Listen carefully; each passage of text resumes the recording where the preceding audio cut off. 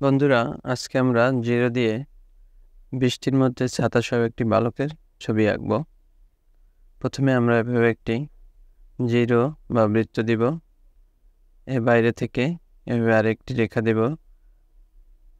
সে রেখা থেকে নিচে ভাবে একটি গেঞ্জি সহ হাত, অপর পাশে একটি বৃত্ত দিয়ে উপর থেকে দুটি রেখা ভেবে নিচে টেনে এনে একটি ছাতার বাট এবং সামনে বাটের উপরে এভাবে রেখা দেব। উপর থেকে আরেকটি রেখা দিয়ে দুই পাশে নিচের রেখার সাথে মিলিয়ে একটি ছাতা আঁকবো। এবারে এভাবে লম্বালম্বি দাগ দিয়ে দেব। আমাদের একটি ছাতা আঁকা হয়ে গেল। এখন নিচের ছাতার সাথে এরকম হাত এঁকে দুটা লাইন নিচে নিয়ে আমরা জামা আঁকবো। জামার নিচে যেভাবে দুটি রেখা দিয়ে আমরা দুটি পা এঁকে নেব। পায়ের সাথে জুতা আঁকবো। এবার উপরে মাথায় মাথার ভিতরে দুটি গোল দিয়ে চোখ আঁকবো। চোখের নিচে নাক ও মুখ এঁকে উপরে এভাবে চুল দিয়ে দিব। এবারে আমরা জামায় বোতাম এবং এভাবে পকেট দিব। এবার আমরা নিচে বালকটি যেখানে দাঁড়ানো সেটায় পানি এবং মাটি রেখা দিয়ে আঁকবো। মাঝে ভাবে কয়েকটি রেখা দিয়ে দেব।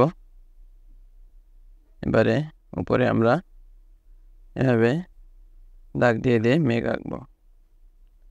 এবারে আমরা ছোট ছোট গোল দিয়ে বৃষ্টির পানির ফোঁটা আঁকবো এবং মাঝে মাঝে ভাবে ছোট ছোট রেখা দিয়ে দেব। এখন আমাদের ছবিটি আঁকা হয়ে গেল। এখন আমরা রং করব।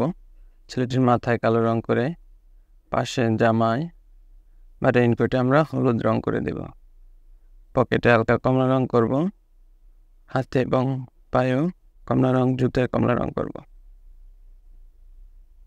এবারে আমরা পানিতে নীল রং করব। বৃষ্টির পানির ফোঁটায়ও নীল রং করে দেব।